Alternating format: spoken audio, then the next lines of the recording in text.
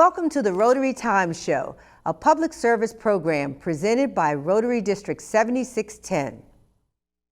Funding for this program is made possible by the generosity of Rotary District 7610, Virginia. On our programs, we talk with Rotarians and community leaders and discuss how Rotary International builds partnerships to support local, national, and world communities. I am your host, Rotarian Dr. Deborah Jackson from the Rotary Club of McLean, Virginia. The success of a Rotary Club is dependent on the club president. They lead, they inspire, they motivate, and connect their clubs with communities and others here and around the world. Joining me remotely is Rotarian Grace Mukupa, and I hope I said that correct. She is the president of the Rotary Club of Crystal City, Virginia. Welcome, Grace, to the Rotary Times Show. Thank you for having me. Such a pleasure to be here. Oh, we're just so excited to learn about Crystal City and the kinds of things that have gone on under your leadership there this year. Yes, I'm ready. All righty. Well, with you. To get us started, I always like my audience to know about the backgrounds of Rotarians. So if you could briefly just tell us a bit about your life before Rotary, your education, your career, whatever you want to share with my audience. Oh, thank you. As you can hear, I have a little bit of an accent. I have an accent. I was born in Zambia, which is Southern Africa, and I grew up in Tokyo, Japan, and lived in Belgium. Then I came to the United States right after high school, and here I did college. I went to school in Connecticut for my undergrad, in upstate New York for my PhD in international development at the State University of New York at Buffalo. That's where I finished, but I also was a Fulbright scholar, and that's how Rotary was introduced to me in Buffalo. I was trying to apply for fellowship or scholarship, so I applied for Fulbright. I also applied for Rotary, and I was going to their meetings, presenting. Each chapter has certain requirements to be a member. And I was on that journey when I got the Fulbright scholarship to go to Tajikistan. So it allowed me to just leave the country, but Rotary stayed with me.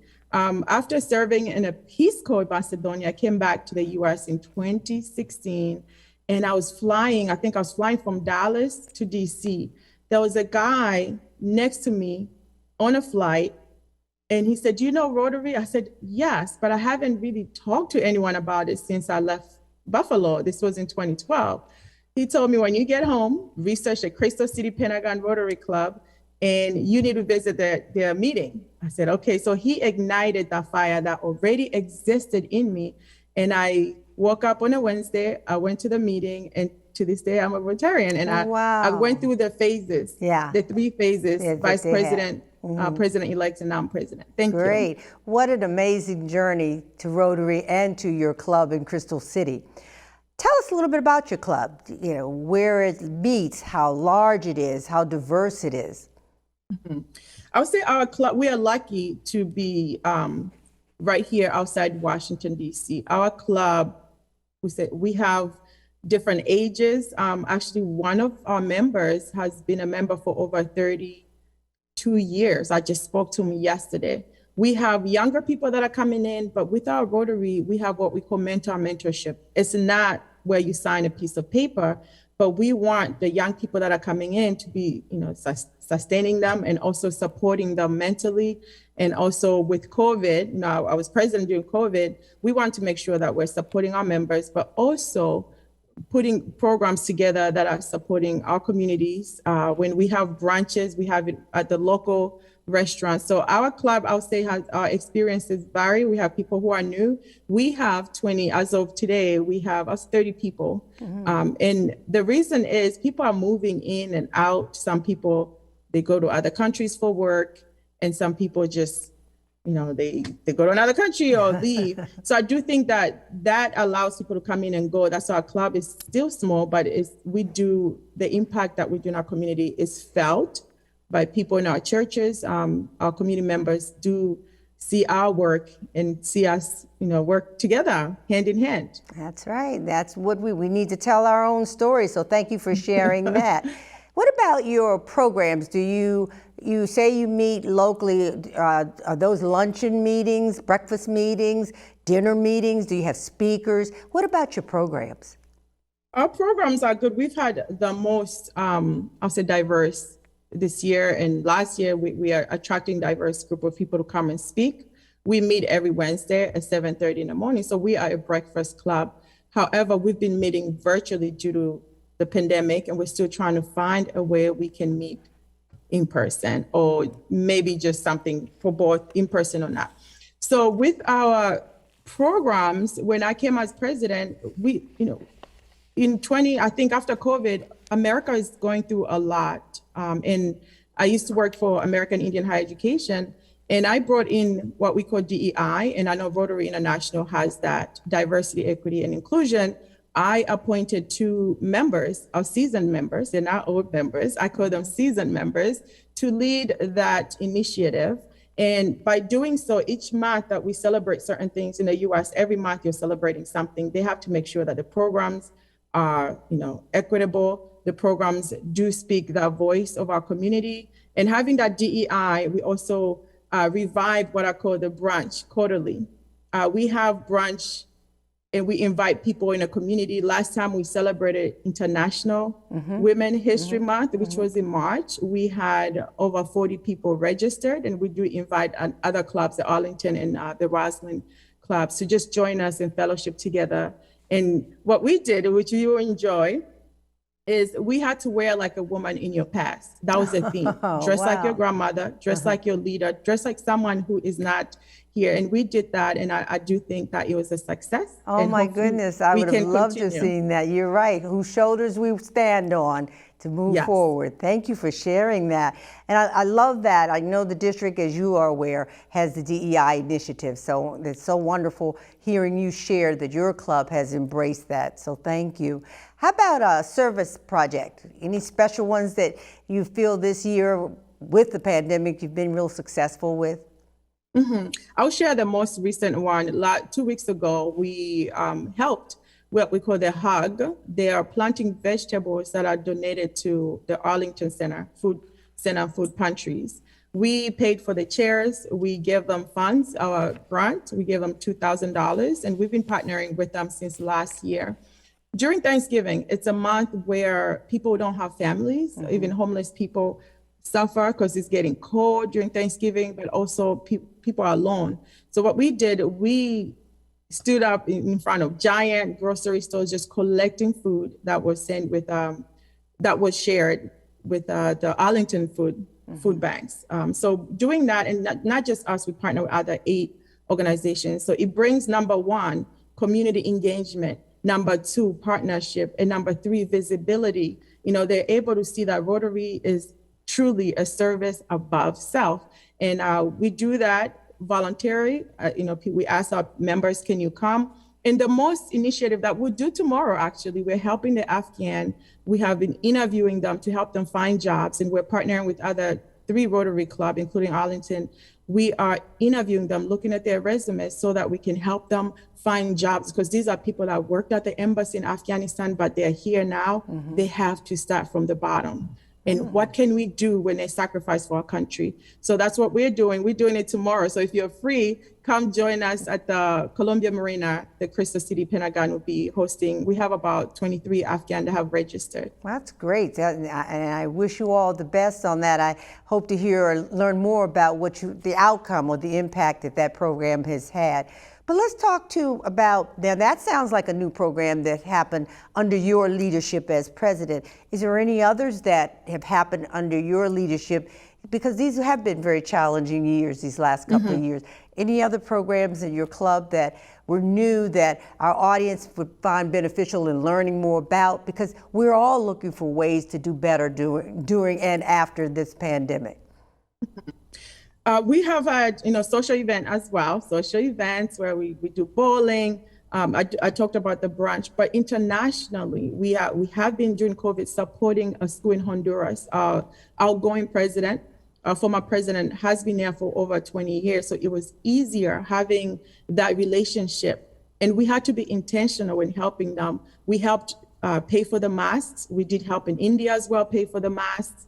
And we, as a child, I told you where I was born earlier, we are funding a school in Senegal. We bought chairs for the little kids in the north of Senegal where Boko Haram is there. Sometimes they get kidnapped, the young girls, but to secure a classroom, to give them hope and give them security, it was something that under my president, I said, we will fund this. And we have a program coordinator within our Rotary who's overseeing that. So the Honduras and the Senegal programs are really teaching us, even though we're not there on the ground, they're sending us pictures, but teaching us humbleness doesn't just end within your community. It's a global, just like Rotary is, it's a global organization.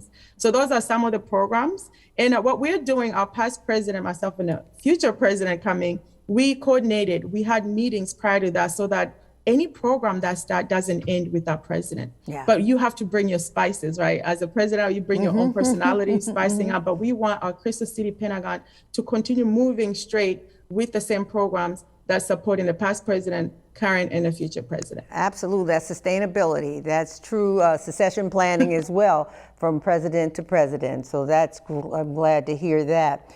You know, we're going to take a short break now, but I want you to hold on to your thoughts because I want to come back and ask you some more about your programming and some changes you may have had to make during the COVID. So stay with us.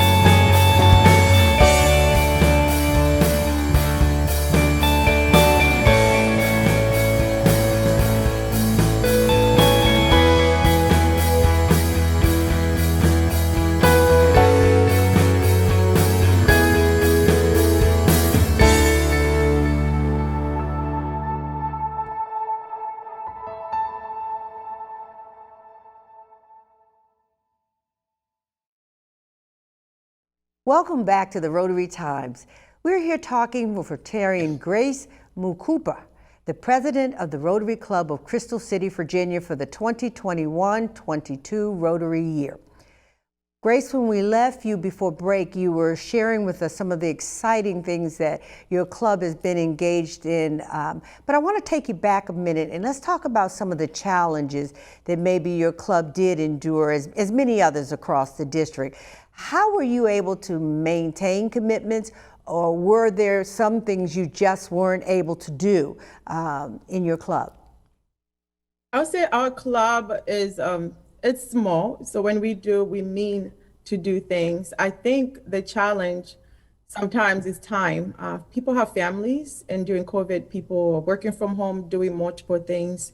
At first, it was hard to get people, and people are not are scared. You know, the COVID has brought about a trauma that we never seen before. So understanding and being empathetic, and just understanding that people might be going through a lot of things back home. So meeting in person was a challenge. We needed to hug each other. We wanted to see each other, but also we had to be careful and protect each other's health.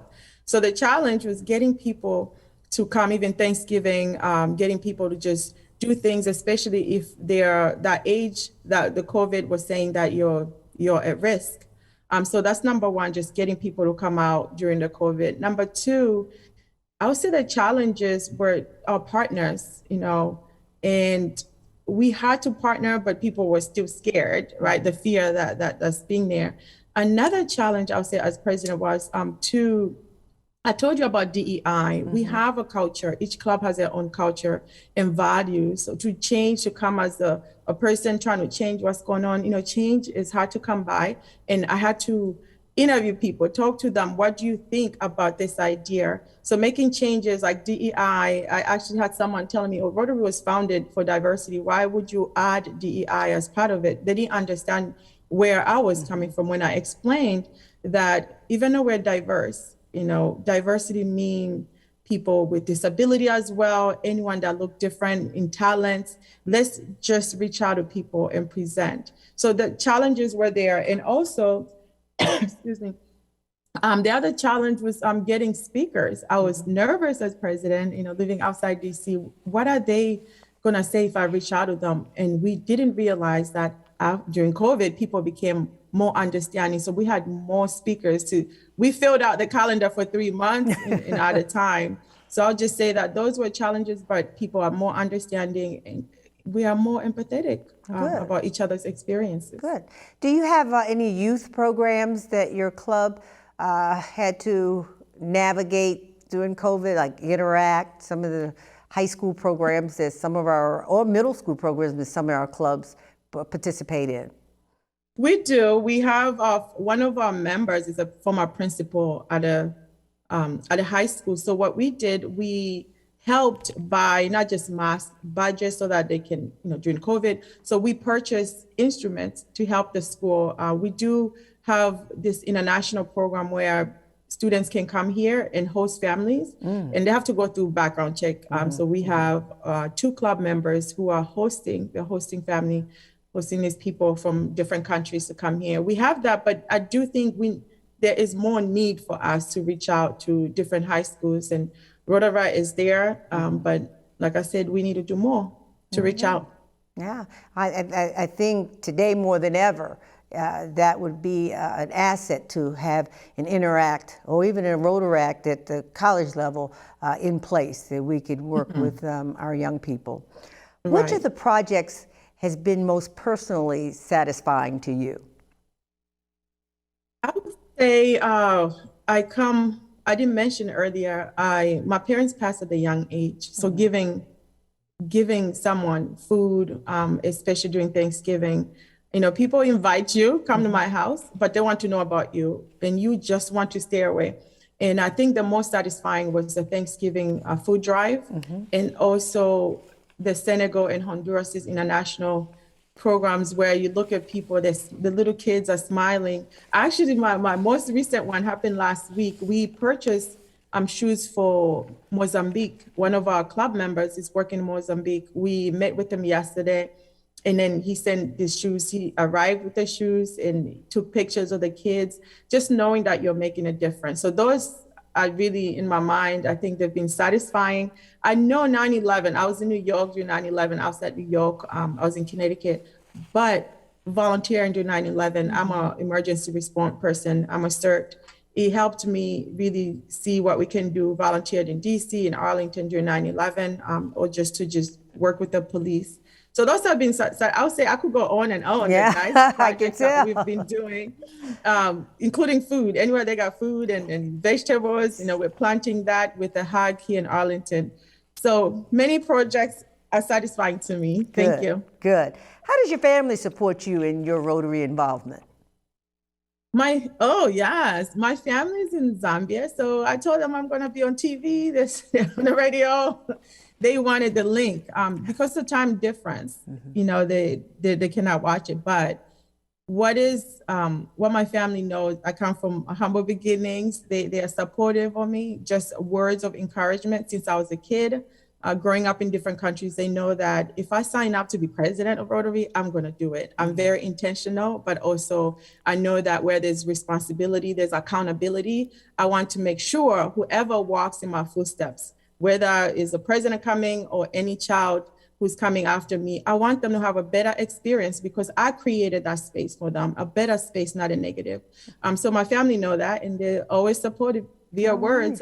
They cannot be here. Yeah, talk like a true leader, because that's what leaders do. They bring forward those people that are behind, that are walking in that roads, in that space. So thank you for that. How about the service above self model? Do you use that a lot when you conduct business or your work life? That sentence is short, nice sentence has become my motto. But as I told you, when I was growing up, I served in a Peace Corps. I do think Peace Corps is about service, you know, and I live by it. I volunteer. Besides Rotary, sorry, I started an NGO that's supporting, I would say, hygiene and education in Zambia, where we send sewing machines. So I take the same passion, the same work that I do with Rotary with other organizations in our community. I'm an emergency response person, which is I have to go through training. You have to be given a certificate in order to do that. And I do think I live by that. And after each week, every time we're done with our meeting, we talk about, the forward test, and I live by them. I do think that a world could be a better place if everyone lived by the forward test. Yes, And, yes, yes, I agree. it could be. It just makes your day, your mood changes, and you're excited. You're positive about life, and that's how it's supposed to be. Especially during these hard times, you need some positivity. Yeah. So this new normal that we find ourselves in, how does Rotary International grow in this new normal that we have? How does Rotary grow? I think continuing. We don't want to go back to let's go back to basics. Why Rotary started, right? We need to go back to that. I think doing what we're doing, because we have helped almost eliminate polio. Contributing, right? The continuation of contribution of knowledge sharing. It's not just money. Anybody can sign a check and just give someone, but we have to do and walk the walk. We have to see people hands-on on an international level. I call myself a Renaissance or diaspora child. So I believe that when we mentor people, they travel to UK. We have 2 global scholars that are out in UK. We connected them with a club over there, just continuing what we have been doing and revisiting our basic, like back to basics. Why was Rotary founded? So I think internationally, let's continue. I do think, it's me predicting that Rotary will play a larger role when it comes to COVID, eliminating COVID. All right. We are just like polio. It might take a long time. I do think the Rotary International local clubs will play such a major role. So let's continue our leadership, our mentorship every day. There we go. We have to believe that, right? Yes. Yes, and we have to encourage others to do so as well. Do you have a formal onboarding program at your club for those new members? I know they can feel your passion, but is there something else if you stepped away? Is it onboarding process to ensure that you are retaining those members? I did mention earlier the mentor-mentee relationship, not the sponsor, because sometimes we get confused. When mentor-mentee relationship is a personal choice. When anybody joins a club, Madam President is not there. They know that the new member will feel comfortable. We try to meet in person, just outside Rotary. If there's a new member, I'll take my time to meet with them in person and get to know them. And our events are open to family and friends. I do think we don't have a one-size-fits-all prescribed program that's onboarding, but what we do is partnering that new member, despite of their age, with somebody to make sure sustainability is there and to make sure that their needs, the reason they joined Rotary, is there and we are meeting their needs as well. Wow. So as we close the program, do you have a message that you would want to leave those individuals or young professionals or anyone else that might be in the audience who are thinking about giving back or wondering how? What would you say to them? I would say the world needs our voices. You cannot sit on the sidelines and let the world run you. We have to be friendly with each other, with the experience, with what's going on. People who are displaced in different parts of the world.